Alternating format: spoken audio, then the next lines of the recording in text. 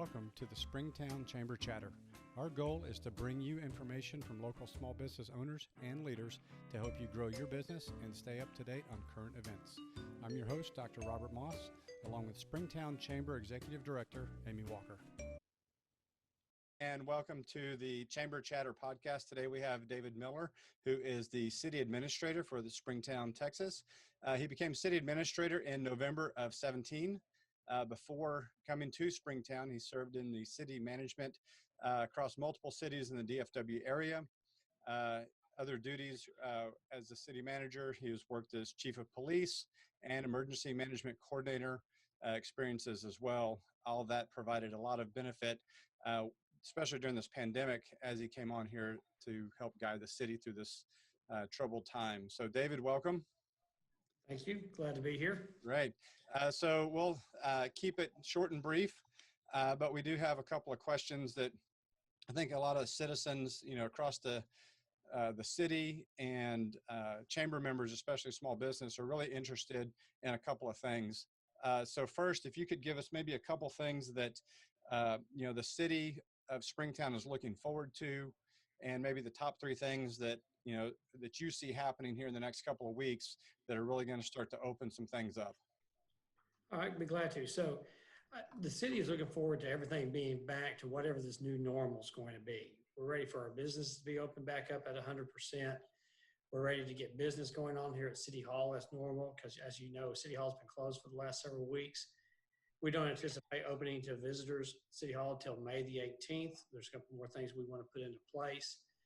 But we're really excited that the governor is finally beginning to let some businesses open, and looking forward to additional businesses open and occupancy levels to increase over the next few weeks. Some of the things I would like for people to keep in mind as we begin the reopen process is that understand that it's a slow process.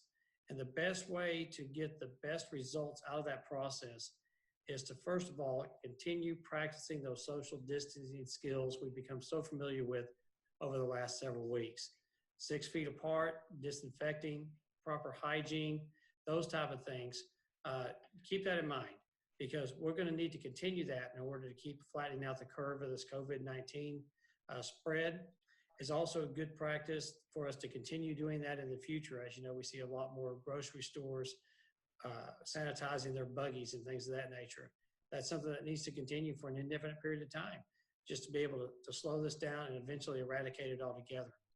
Second thing I want to encourage our citizens to do is be patient. These are trying times, unprecedented times that we've never had to face before in this generation or generations before us. So be patient. Social distancing, disinfection, hygiene, all that takes precedence and helps. All of that is important for us, just to learn to be patient with the people who are standing in front of us. And separate ourselves from that, and understand that we will be facing longer lines, that we will be facing longer wait periods and things of that nature. And just to be patient altogether to the people who are serving you, whether it's in the restaurants or in stores, and be patient with those who are also standing in line with you, understanding that they are also facing the same trying times that we're facing. And the third thing I would encourage is for everybody, as the governor begins to open this up, as the governor begins to increase those occupancy rates, shop locally. Get back into our stores, get back into our restaurants, and let them know how much you appreciate them and that you still stand with them as their previous customer or even their new customer. But get out and shop locally, keeping in mind the things that we need to do as far as social distancing, but just get out and start to shop again. Have you seen with some of the local restaurants, we'll just touch on them first, obviously some of the ones that had the drive-through, they were well prepared to be able to handle some of this, but let's say like Hal's Cafe or Shinola's or something like that. Have you heard, are they starting to open up and only allow like 25% people in? Are they still doing some curbside service at this point? I think what you're seeing in most of the restaurants here in town is a combination of both. The restaurants have opened up to that 25% capacity. They've gone in, they've spaced their tables out 6 feet apart like the governor had suggested that they do. And so they're letting people come in a limited capacity. To my knowledge, we haven't had anybody violate that 25% capacity rate. But I think in conjunction with that, they're continuing to do curbside service. for takeout. And I also, what you're seeing some restaurants set up some outdoor seating areas, which helps them to get more customers in. And if you got any restaurants out there that haven't done that and are interested in doing that, we would encourage them to contact us here at the city, let our building official go out and visit with them, figure out the best way to do that to accommodate the best crowds that they can accommodate while keeping all this safe distancing in mind. So, David, if I could ask, oh, sorry, Robert. I was just going to say, and maybe this is what you're going to say, Amy, but so with that outside seating, does the 6-foot rule still apply? It's our interpretation that even on outdoor seating, the 6-foot rule still applies. Where the advantage to outdoor seating comes in during this time is that if your outdoor seating is not connected to the building, in other words, there's not a covered patio that connects to your main structure, then your outdoor seating does not calculate into the 25% occupancy rate that's required for the inside. So by doing that, even if you're keeping your table 6 feet apart, you can still seat more patrons outside and that not go against your count for the inside capacity. So my question actually was about the phase 1 at 25% capacity, moving forward, hoping to get to the 50% capacity, but our positive cases are increasing daily. So in 2 weeks, what are we going to see as far as getting to that 50% capacity? I think there's going to be a couple of things, Amy, that you're going to see. First of all, let me take just a moment to explain why those numbers are going up. Last Tuesday, we had a drive-through test site in Weatherford that tested 95 people. Out of those 95 people, some of them were going to test positive. That's going to drive your numbers up. As of the last update I got about an hour ago, we're at 40 active. We're at 40 cases here in Parker County, but only 11 of those cases are active. So if you take the 11 cases and you figure out the percentage of the 142,000 residents that we have here in Parker County, you're literally talking about a percentage rate of 0.00007. The governor has issued a mandate that says you have to have 5 active cases or less. The county commissioners, Judge Pat Dean, along with all the mayors and the cities in this area, are pleading with the governor's office to consider some other type of measuring factor than just 5 active cases. Because for us, 0.0007 is a far less percentage than some of the surrounding counties around us.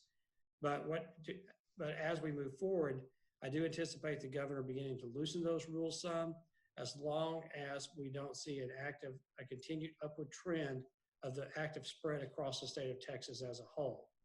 What we're doing here in Parker County, I think, has been very effective in keeping the numbers down and keeping the curve from basically getting out of control.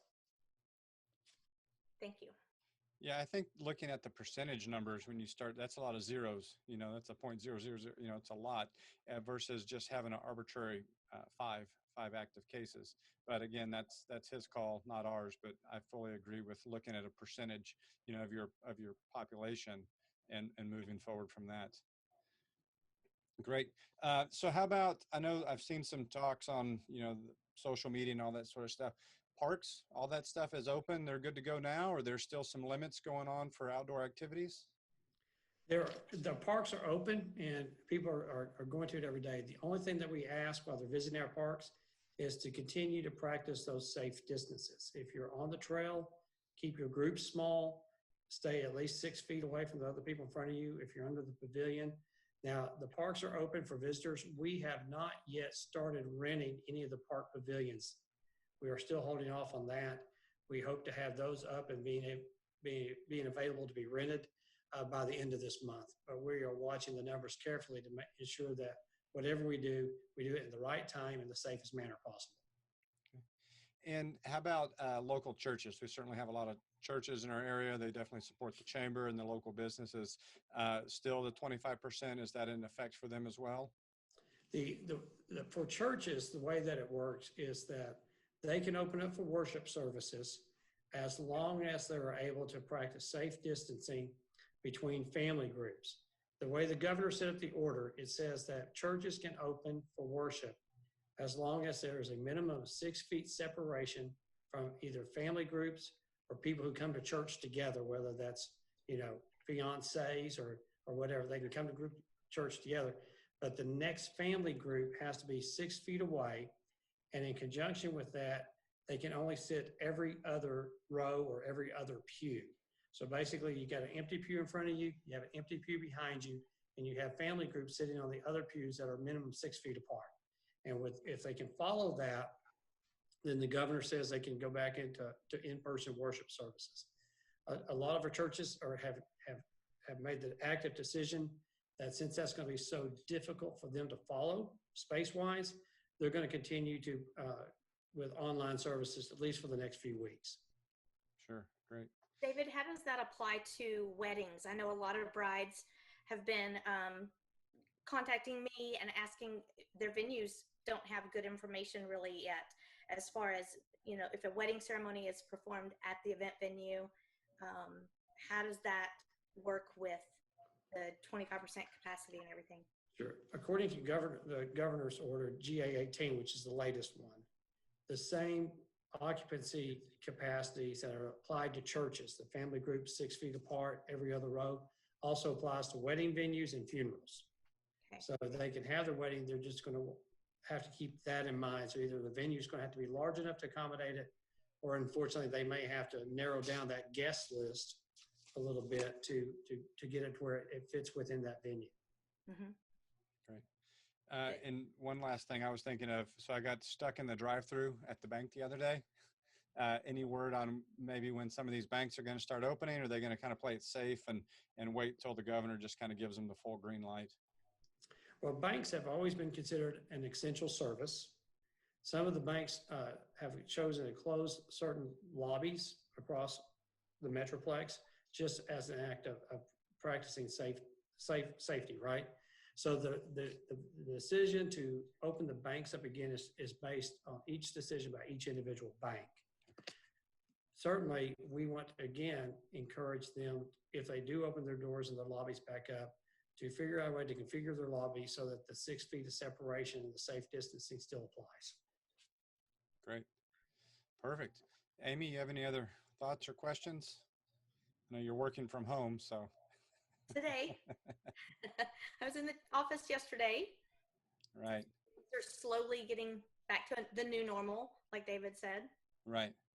Okay. Well, fantastic. Well, I hope you've got some useful information out of this today. Well, that concludes another episode of Springtown Chamber Chatter. I hope you found the information useful. If you have any questions, please contact the Chamber at 817-220-7828 by email info@springtownchamber.org or visit us on the web at www.springtownchamber.org. Thank you.